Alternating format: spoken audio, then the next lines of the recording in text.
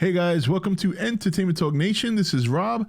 This video, we actually have a little Monsterverse stuff to talk about.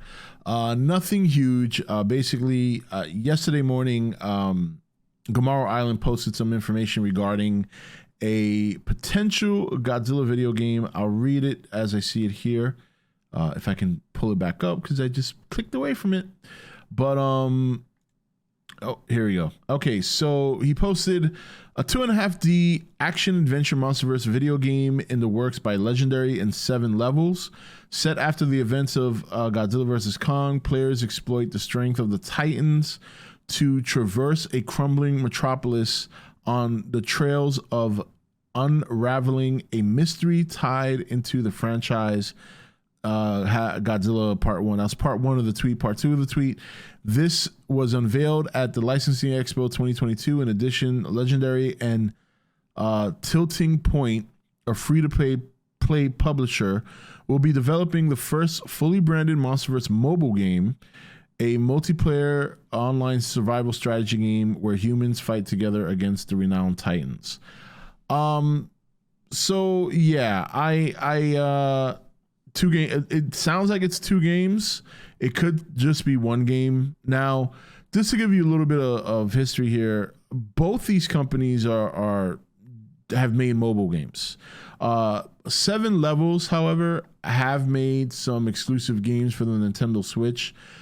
Neither of these companies have done anything of significance in terms of developing a AAA big time game. So while there might be some people, I hate to be the bearer of bad news, because I know there's people clamoring and really wanting another kaiju game, Godzilla game. I wouldn't get my hopes up too high. First of all, 2.5D.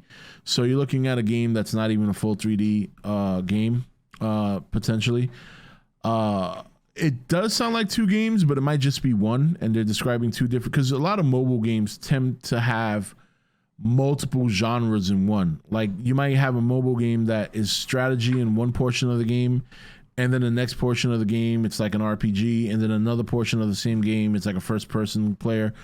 So but even still, even if one of these is a mobile game and the other one is a regular game, I wouldn't get too high on hopes for the regular game, simply because 7 Levels have not been known to make games of any significance. A lot of the games they've made for the Switch are just little puzzle. I mean, I've seen indie games much better than what they've created. The point is, none of these 2 companies have made any kind of big time game that you could recall or even get behind. So, not to mention, I don't see Legendary investing a large amount of money on a game unless a studio came to them and said, we'd like to make a game based on the Monsterverse, let's work together. And you have 2 companies pitching in to fund a large game. So on the mobile side, I mean, look, we know there's mobile games are a big talk, especially now with Diablo Immortal coming out, and I'm gonna have a review of Diablo Immortal coming out probably tomorrow, if not Friday the latest. I have already reached level 60. I've reached the end game, so I'm just trying to get a little bit more into the game to see just how far you can go before it gets pay to win. But I have a couple of opinions on that. We'll get into that video when I release it. But yeah, I wouldn't, it's more content for the Monsterverse, if nothing else. Who knows? They might make a game that's at least decent, maybe you can have some fun, but the downfall is that one of these games, you're not even playing as the monsters. You're playing as the humans fighting them. And then the other one, it sounds like you can control them with the orca. So it's not even in the style that most people are hoping for. Look, I do think we'll get a Godzilla game at some point again in the future. It's just a matter of how long we have to wait. The problem is, on what level will we ever get a game that's going to be really, really good? The last Godzilla game that came out by Bandai Namco, was not good at all. It was very bad, very bad game design. And it's unfortunate because at the time, graphically, the game was pretty decent, and it had a roster full of different monsters from the Godzilla universe, including Legendary Godzilla. There was a lot of potential there, but they floundered. And you know, to make a game that is going to have, you know, any kind of impact in terms of being on console, and it's a lot of money to invest. It's a lot of money to invest to take advantage of the current day technology. Not to mention the rights that you have to pay to Toho to use the IP. That, look, for whether you guys want to believe it or not, that's not cheap. Toho does not, they don't give discounts on this stuff. You want to use their IP, you're going to pay a lot of money. So the upfront cost to make a Godzilla video game, the upfront cost without the guarantee of any success, because it's such a niche genre, it's honestly probably not worth it. I mean, you would have to develop a game that has mechanics on it that would cater to a large base of players, and some of those game mechanics don't necessarily mesh well with the kaiju genre. You know, kaiju genre, you think about a fighting game, you know, you're thinking about you know, like kind of like what we've seen before, fighting around the city. You know, a lot of games these days have a lot of RPG elements. You'd have to, and I don't think it's impossible to make a kaiju game or a Godzilla game that has RPG elements. In fact, we discussed this on the stream a couple of times, and I shared some of my ideas. But when you're making a game with RPG elements, you're talking about a huge investment in a lot of different kind of algorithms and a lot of different programming that it takes to generate the kind of numbers that it takes, you know, when you level, hit points, stuff like that.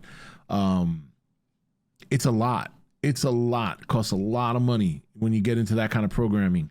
And then on top of that, the kind of graphics you're going to have to put into this game to stand with some of the other games that are coming out this generation.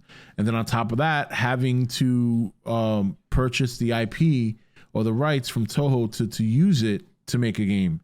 I mean, you talk about a large investment of money, and considering the history of kaiju games and how they've done in the past, even though those games have been fun, even though some of the earlier Godzilla games might be successful, by today's standards, it's not enough. The investment that you would get back, there's not enough promise there. There's not enough of a guarantee there that it's going to be worth the investment.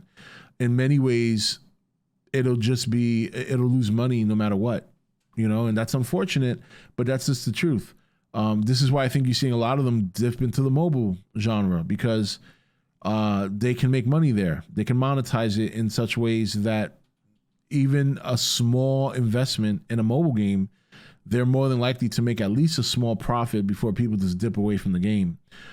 So we'll see what happens. And this is why I think that the 2.5D game, the other game that it looks like they're making by 7 levels, it might be something very small. You know, it might come out on Switch, it might come out independently, maybe on Steam or something, but it's not going to be to the level I think people would want. I think it's going to be just a small game. And like I said, right here, it says, players exploit the strength of the Titans to traverse a crumbling metropolis.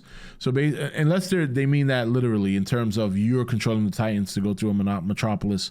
And in that case, it sounds like your basic monster game where you control the monster and you're destroying a city. And maybe it's something similar to what Bandai Namco did. Maybe it's slightly better. Maybe the graphics are not as good, or maybe it's more of a cartoon / anime type graphics. I don't know. All I know is I wouldn't hold my breath on anything big on this. I think it's good, you know, for more exposure. I just, knowing how some of you guys feel about hoping for a game and what you guys want, I don't think this is going to be what you want. But I could be wrong, and hopefully I am for you guys' sake. But looking at the history of these two companies, I wouldn't expect anything significant. I could say that right now. So, but let's hope one day in the future that we do get a game worthy of the Monsterverse and worthy of Godzilla, and someone's willing to take a chance to make, you know, maybe they should hire the studio that did the Spider-Man games, right? Why not? They seem to have a good handle on how to handle IPs, you know, pretty much making the best Spider game ever. So, but we'll see. We'll see what happens. And, you know, hopefully at least it turns out to be something halfway decent that some of you guys can enjoy. But, you know, until I see something, until, you know, if they're developing now, you're looking at maybe 2 years down the road. you know, hopefully it'll be a game at least that we can have a little bit of fun with and then go from there. So, but anyway, that's it for this video. This is Rob signing off for E.T.N, where we don't do news, we just talk entertainment. Take it easy.